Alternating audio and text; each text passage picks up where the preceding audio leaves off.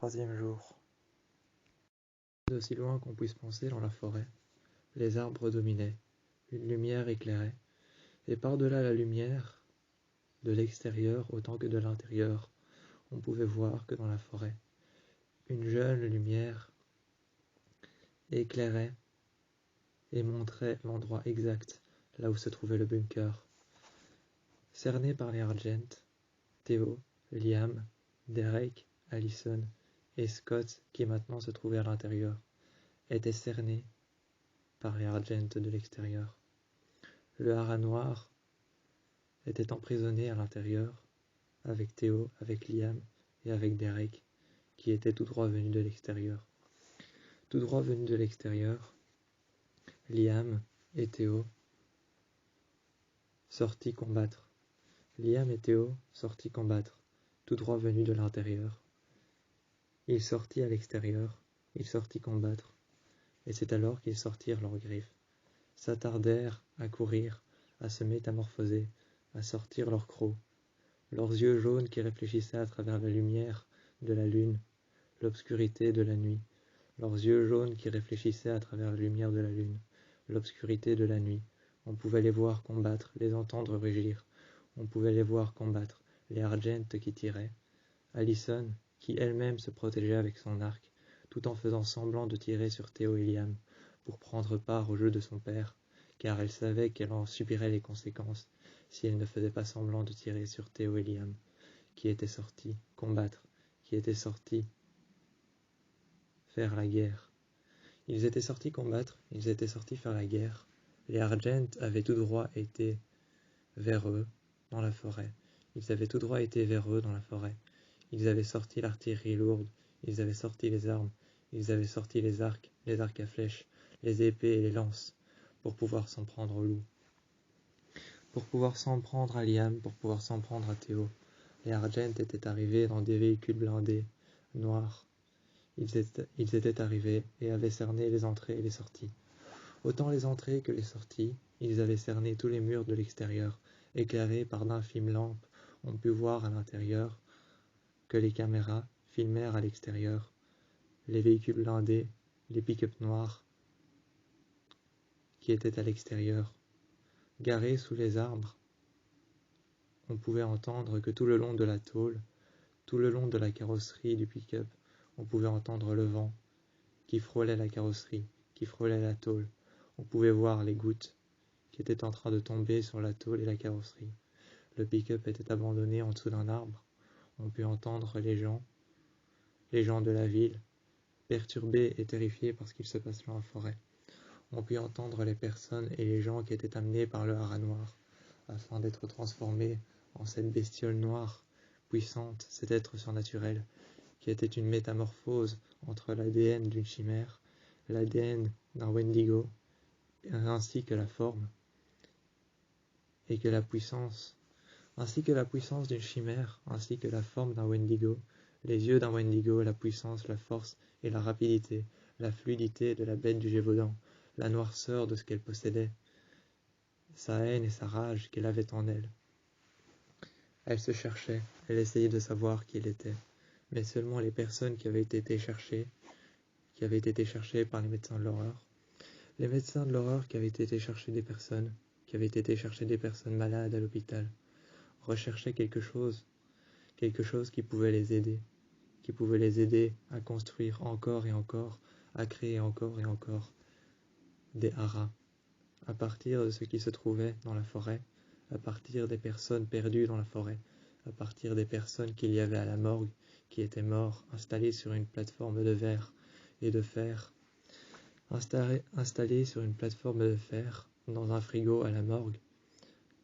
Ces personnes mortes qui avaient été étiquetées par leur nom, qui avaient été enfermées dans des frigos, qui avaient été ouverts par les médecins de l'horreur, qui ensuite, ces personnes mortes sans identité, ont été pris pour créer plusieurs haras.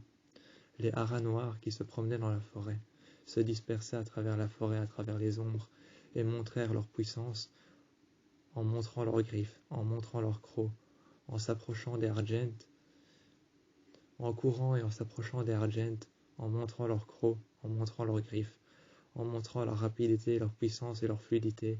Ils s'approchaient, et leurs yeux brillants fit briller la peur à travers les yeux d'Argent, à travers les yeux d'Argent, à travers les yeux de Chris, de Kate et de Victoria, la mère Victoria, la mère de Allison, à l'intérieur des yeux de Victoria, à l'intérieur des yeux de Chris, à l'intérieur des yeux de Kate.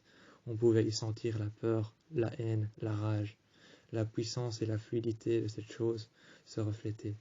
La haine, la rage et la peur de cette chose se reflétaient à travers les yeux des Argent. On pouvait y ressentir qu'ils avaient peur. Ils étaient terrifiés, ils ne savaient pas quoi faire. Mais seulement plus tard, on pouvait entendre Théo et Liam courir dans la forêt, s'approcher de plus en plus des pick-up et des véhicules blindés. Les Argent commencèrent à se coucher par terre dans la forêt, se recouvrant de feuilles pour pouvoir échapper à la vue de Théo et à la vue de Liam.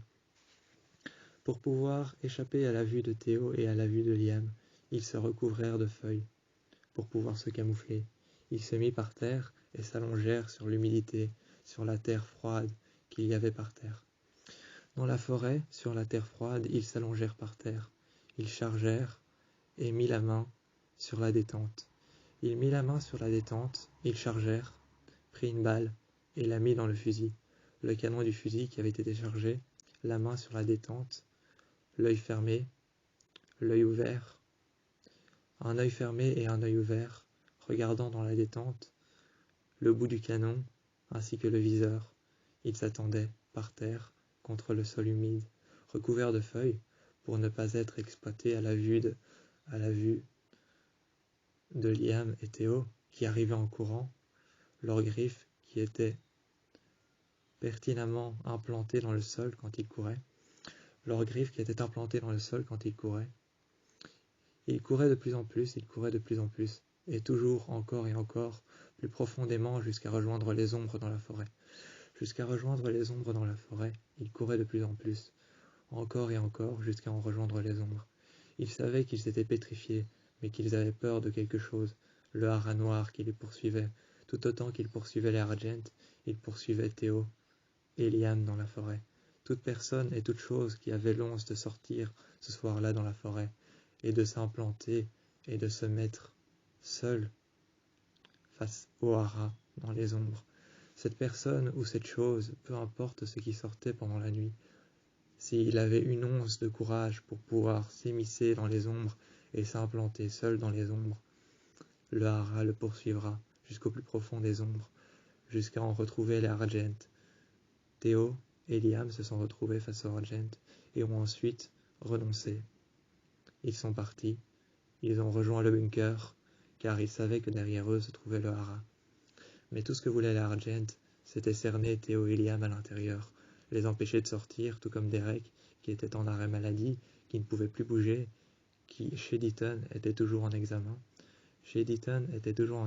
Tout comme le jeune enfant qui était en cage, qui ne s'était pas encore métamorphosé. Autour de lui, Derek se réveillait, à l'intérieur. Il vit une lumière blanche qui clignotait juste au-dessus de ses yeux. Il sentit l'odeur de l'humidité, et au-dessus de lui, il entendait le bruit des voitures, des coups de feu et des pick-up qui repartit. Ils avaient renoncé, les Argent étaient partis, les pick-up étaient partis, les véhicules blindés étaient partis. La forêt avait été délaissée et laissée seule. Théo et Liam rentrèrent, se métamorphosèrent juste devant le bunker. Ils se métamorphosèrent. Liam rentrèrent, et ses yeux jaunes de loup, lorsqu'il s'était métamorphosé, redevinrent bruns. Tout comme Théo qui s'était métamorphosé en chimère. Et en un chien loup pour courir à travers la forêt, pour échapper au hara. Car il savait que le hara avait la fluidité et la puissance, ainsi que la rapidité d'une chimère. Il s'était métamorphosé en une chimère et en un chien loup pour pouvoir lui échapper, car il savait qu'il possédait la rapidité d'un chien loup, la fluidité et la possibilité d'être aussi puissante qu'une chimère. Il avait établi le contact entre le fait de se métamorphoser en une chimère et en un chien loup. Une fois rentrés à l'intérieur, ils se remétamorphosèrent en Théo, en lui-même, et ses yeux jaunes de chimère devinrent alors bruns, tout comme les siens. Ils regardèrent alors Derek qui était en train de se réveiller sur la table basse. Sur la table basse, là où Deaton l'avait examiné, Derek était en train de se réveiller. Il avait peur pour le jeune loup qu'il avait trouvé. Il avait peur pour le jeune enfant qu'il avait trouvé. Dans la salle des machines, il avait trouvé un jeune enfant. Il avait peur pour lui. Il n'avait fait que de rêves pour lui. Il n'avait fait que penser à lui lorsqu'il était dans le coma. Dans un état comateux, lorsqu'il était dans un état comateux, allongé sur cette table en fer et en verre, froide qu'il pouvait sentir le long de ses omoplates, lorsqu'il s'était réveillé, il n'avait que d'onces de pensée pour ce jeune loup, ce jeune enfant, en cage qui ne s'était toujours pas transformé. Il était allé le voir, l'avait regardé dans les yeux. Il s'était tourné et avait mis sa queue autour de lui. Ce jeune loup qui s'était métamorphosé pour la première fois, avait mis sa queue par-dessus sa tête, avait peur de Derek et ne savait pas encore que c'était lui qui l'avait retrouvé seul, dans la salle des machines. Théo et Liam ont alors regardé Derek et lui ont dit « Laisse-le tranquille, peut-être qu'il se métamorphosera et qu'il prendra confiance en toi plus tard. » Ils se sont alors assis tous les trois dans le salon, ont commencé à parler, à élaborer des plans, avec Allison qui était arrivée avec un plan de l'intérieur du bunker. Elle était arrivée avec un plan de l'intérieur du bunker, ainsi que le livre qu'elle avait pris à la bibliothèque dans le lycée. Le livre qu'elle avait pris à la bibliothèque dans le lycée, c'était un livre spécial qui parlait de tous les êtres surnaturels méconnaissables. C'est alors que ce livre, à l'intérieur, il y avait un être, métamorphosé par l'ADN d'un loup, métamorphosé par-delà les yeux de la bête du Gévaudan, métamorphosé par rapport à l'ADN d'un loup, d'un métamorphe, d'un Wendigo et de plusieurs autres bestioles. Cette bestiole s'appelait le Hara. Elle avait tout simplement la fluidité et la rapidité, ainsi que les peurs, et même elle avait les peurs, la rapidité et la fluidité d'une chimère, ainsi que les peurs et la puissance d'une chimère. Le loup, elle en avait la rapidité, la forme et la puissance. Elle en avait la puissance d'un loup, la forme. Elle avait les peurs et les craintes d'un loup, c'est-à-dire l'argent et le feu, l'obscurité et les ombres. Elle avait les craintes d'une chimère, le fait de devenir le prédateur. Elle en avait la rapidité et la puissance. Le Wendigo, elle en avait la bouche, les dents acérées en étaient les mêmes. Elle avait les mêmes mâchoires qu'un Wendigo, ainsi que les mêmes yeux blancs et noirs. Les mêmes yeux blancs et noirs, les pupilles les plus infimes qu'on ne puisse voir. Les pupilles les plus infimes qu'on ne puisse voir, qui deviennent petites à la lumière du jour et à la lueur du soleil et à la lumière du jour. Les pupilles les plus infimes qu'on puisse repérer, les plus infimes à travers l'iris de l'œil qui était entièrement blanc et entièrement recouvert d'un voile opaque gris. Ses yeux étaient ceux d'un Wendigo. La forme en était celui d'un métamorphe, la rapidité en était celui d'un loup, la productivité à être violent, à être compact et à être fluide et sans aucune crainte ni peur était celle d'une chimère. Cet être surnaturel avait plusieurs apparences, était un métamorphe et possédait l'ADN d'une chimère, d'un Wendigo, d'un loup et d'un être surnaturel surpuissant, la bête du Gévaudan. Il en était noir et était recouvert de fumée palpable, ainsi que des yeux blancs qui étaient ceux d'un Wendigo, mais qui étaient électrifiés par de la lumière bleue.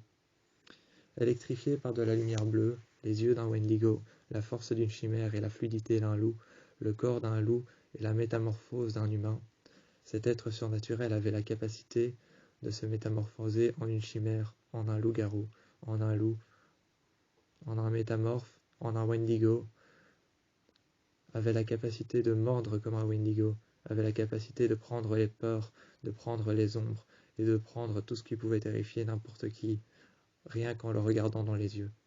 Cet être surnaturel était aussi puissant que le no Kitsune et que le Kitsune. Il était fait de fumée noire, de poussière, de haine et de rage, et parcourait la forêt en se dispersant à travers des personnes mortes. En se dispersant à travers des personnes mortes, il se métamorphosait et il se transformait. Il se dispersait grâce à la seule force de son ombre à travers la forêt. Cernés à l'intérieur du bunker, Theo, Liam, Allison, Derek et tous les autres, ainsi que Deaton qui examinait ce jeune loup et qui essayait de trouver ce que c'était cet être surnaturel, cherchaient encore un moyen à trouver ce qu'il était, ce que cette chose était, ce qu'elle voulait et ce qu'elle avait en tête, ce qu'elle rêvait d'être, ce qu'elle rêvait de faire, ce que cette chose avait en tête. Pourquoi parcourait-elle la forêt par la seule force de la pensée et par la seule force et la seule détermination de se disperser dans la forêt par sa propre ombre, par sa propre peur, par la propre force de son ombre, par ses propres peurs, par la propre force de ce qui la terrifie. Cette chose avait la capacité de se disperser dans la forêt par la seule force de ce qui la terrifiait, de ce qui terrifiait les autres, des craintes de ses peurs, de la fluidité d'une chimère et de la rapidité, ainsi que de la puissance d'un loup. Elle se dispersait dans la forêt, essayait de chercher ce qu'elle avait à trouver, c'est-à-dire une identité. Elle se cherchait elle-même, mais ne savait pas encore qui elle était. Deaton travaillait là-dessus, pendant que Derek, Theo, Liam, ainsi que Allison cherchaient un moyen de pouvoir sortir de là. Allison cherchait un moyen de pouvoir sortir de là, de sortir du bunker. Ce soir-là, elle cherchait un moyen. Sur le plan du bunker, elle cherchait un moyen de pouvoir sortir de là, un moyen de pouvoir s'emprisonner pendant quelque temps pour pouvoir échapper à son père, à Kate et à sa propre mère, Victoria Argent. Elle cherchait un moyen de pouvoir échapper à sa famille. Elle cherchait un moyen, un endroit dans lequel elle pouvait s'emprisonner, se renfermer pour pouvoir réfléchir seule. Pendant ce temps, Theo et Liam cherchaient un moyen pour pouvoir sortir, pour pouvoir combattre, pour pouvoir sortir leurs crocs, pour pouvoir sortir leurs griffes, pour pouvoir combattre, et avec leurs yeux de chimère, avec leurs yeux de loup, pour pouvoir voir à travers le noir, pour pouvoir être pourchassés par le hara, pour pouvoir pourchasser les Rajent, et pour pouvoir faire en sorte qu'ils partent et qu'ils ne reviennent plus jamais. Défaitistes, les Rajent ont donc dressé les drapeaux blancs. Ils sont partis en retraite. Ils ont dressé les drapeaux blancs, ils sont partis en retraite, défaitistes par la peur qu'ils avaient eue du hara, ainsi que par l'impuissance qu'ils avaient eue au-delà de Theo qui était une chimère génétique, et au-delà de la puissance de Liam qui était un loup-garou surpuissant. Défaitistes, ils étaient partis. Ils étaient donc partis. Au-dessus d'eux, Liam et Theo qui étaient dans le fauteuil ce soir-là. Liam et Theo qui étaient dans le fauteuil ce soir-là, qui regardaient au-dessus d'eux, le plafond tremblait, les lampes s'éteindre et se réallumer. Ils voyaient les lampes s'éteindre et se réallumer. Autour d'eux, ils voyaient les murs trembler et entendaient les racines cogner contre les murs. Tout autour d'eux, ils savaient qu'ils étaient défaitistes et qu'ils venaient de partir. Les Argent avaient donc avaient été battus en retraite, étaient partis, avaient pris le pick-up. Chris avait pris le pick-up, avait rangé les armes, avait rangé les sacs noirs à l'intérieur. Ils étaient partis. Les véhicules d'assaut avaient été pris par Kate. Victoria, elle, était partie avec Kate. Chris avait pris le pick-up. Ils avaient rejoint la maison. Ce soir-là, à l'intérieur du bunker, ils cherchaient une solution pour pouvoir trouver un moyen de sortir, de partir en retraite et de faire en sorte que les Argent ne reviennent plus jamais. Les Argent qui étaient partis en retraite, qui n'étaient plus jamais revenus. Ce qu'ils avaient fait, ils en avaient trouvé un moyen, faire croire qu'ils étaient pourchassés par le hara, pour faire en sorte que les Argent partent en retraite. Pour faire en sorte que les Argent partent en retraite et ne reviennent plus jamais. Défaitistes, ils étaient partis. Ils avaient fait croire aux Argent que le hara les pourchassait. Theo et Liam étaient rentrés, cherchaient un moyen maintenant de pouvoir combattre le hara. À l'intérieur, ils cherchaient un moyen de pouvoir combattre le hara. C'est avec Derek qu'ils en ont trouvé un moyen, jusqu'à ce qu'ils attendent assez longtemps pour que le jeune loup soit enfin devenu adolescent. Il était devenu un loup, un métamorphe, capable de se transformer, de se métamorphoser. Il était un oméga à présent, prêt à combattre et à sortir dehors. Il n'avait plus qu'à attendre.